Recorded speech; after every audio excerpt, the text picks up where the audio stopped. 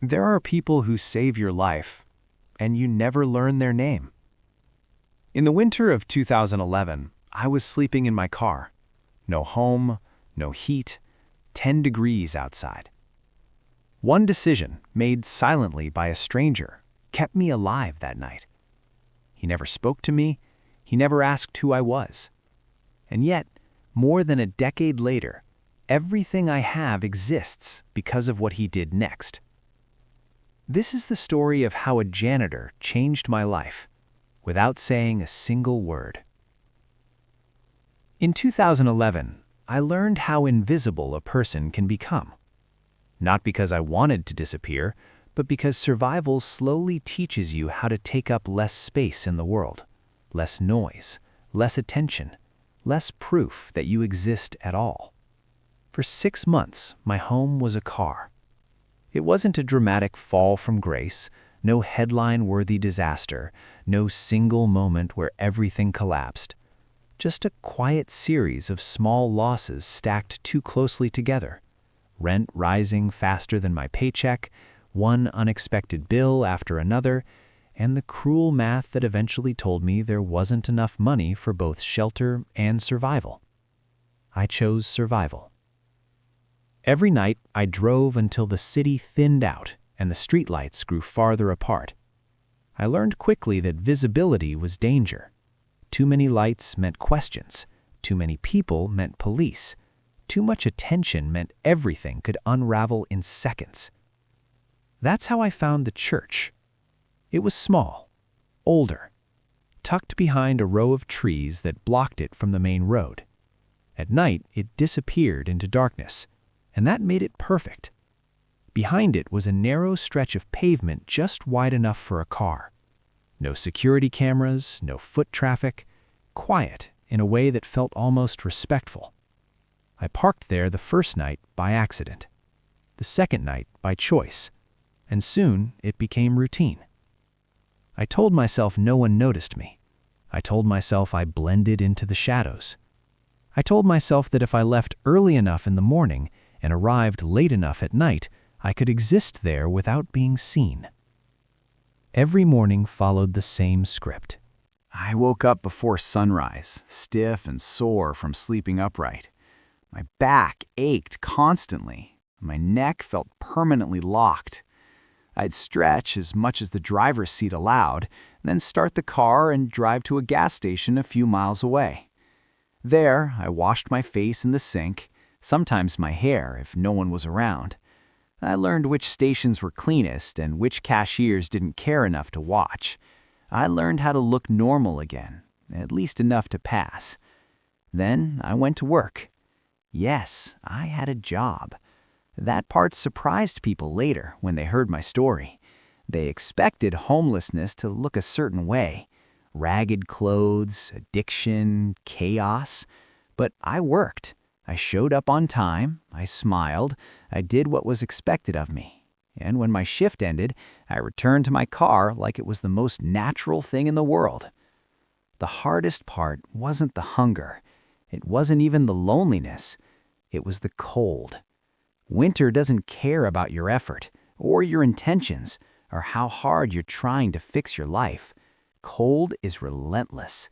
It creeps into your bones and settles there, reminding you that comfort is a luxury and warmth is something you don't get for free. Most nights I could run the heater for a while. That night I couldn't. The temperature dropped to 10 degrees. 10! The kind of cold that stings your skin instantly. The kind that turns breath into fog and makes metal feel alive under your fingers. I turned the key. Nothing. Again. Nothing. The engine refused to cooperate, and with it went my only defense against the night. I wrapped myself in every layer I owned.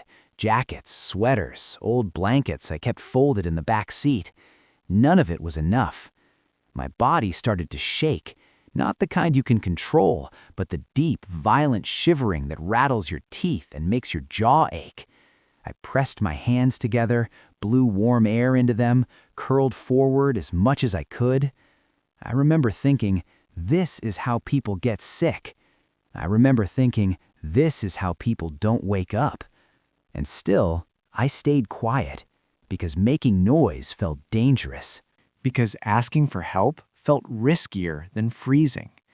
Because somewhere along the way, I'd learned that being unnoticed was safer than being saved. That's when the back door opened. At first, I thought I imagined it, a soft creak, a rectangle of light cutting into the darkness behind the church. I lifted my head just enough to see a man step out, bundled in work clothes, pushing a trash bin toward the curb. A janitor.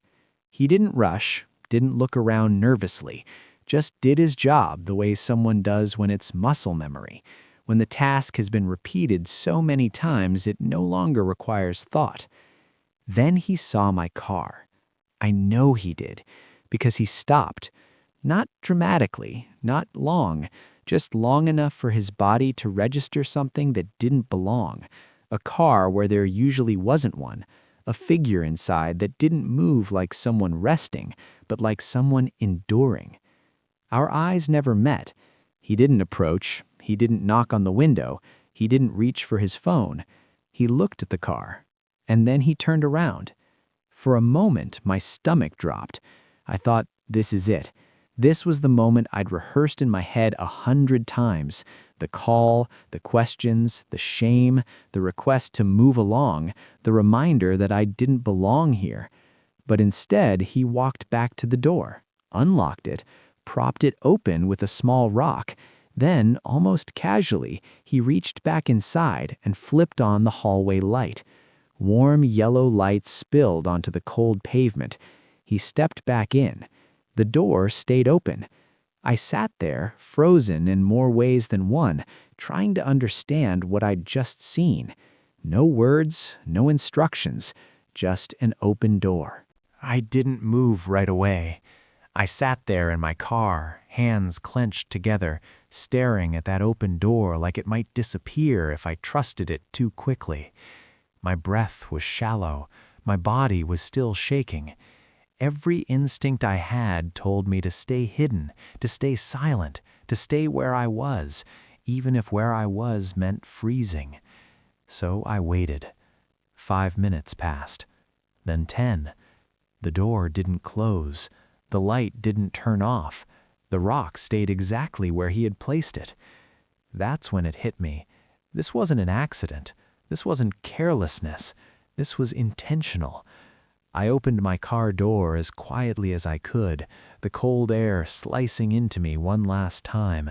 My feet touched the pavement, stiff and numb. I glanced around, half expecting someone to shout or a siren to break the silence. Nothing. Just the hum of the light and warmth spilling out like an invitation. I ran, not dramatically, just fast enough to feel human again. I slipped through the door and gently pulled it closed behind me, my hands shaking so badly I almost dropped it. The warmth hit instantly. It wasn't luxury, it wasn't fancy, but it was heat, honest, steady heat that wrapped around my skin and made my muscles loosen before I could stop them. My knees almost buckled from the relief. I stood there for a moment, just breathing. Inside the lobby was a small couch. Old, slightly worn, the kind of furniture churches never replace because it still works. There was a bathroom nearby, and when I turned on the sink, steam rose from the hot water like a miracle. I washed my hands, then my face, then I just stood there letting the warmth run over my fingers as long as I dared. That night, I slept on that couch. I didn't fully relax. I didn't take off my shoes. I slept lightly, waking up at every sound, afraid that at any moment someone would appear and ask what I was doing there.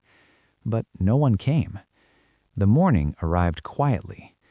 Before sunrise, I wiped down the sink, folded the blanket I'd brought with me, and slipped back out the same way I came in. I closed the door gently. And when I looked down, the rock was gone. I thought that was the end of it. But the next night, it happened again. Same time, same door, same light, same small rock. And again, and again. Every single night for the rest of that winter, the door was open. The janitor never spoke to me, never acknowledged me, never asked my name. But he showed up. Silently, consistently, without conditions. He didn't ask for my story. He didn't ask why I was there. He didn't ask when I'd leave. He simply made space for me to survive. By spring, I no longer needed the couch. Things slowly improved. Painfully slowly, but they improved. I saved enough to fix my car, then enough to move out of it, then enough to rebuild something that looked like a life again. Today, I have a house. I have a bed. I have heat that turns on without fear. And yet, every year, on the first snowfall, I think about that door. I think about a man whose job title never suggested heroism. A man who could have called the cops, who could have ignored me, who could have decided it wasn't his problem. Instead, he chose kindness without recognition. So every year, I write a check to that church. In the memo line, I write the same thing every time. For the heating bill. I never signed my name with a story attached. I never explained why. Because some acts of love don't need witnesses. Sometimes the loudest way to love your neighbor is to say nothing at all.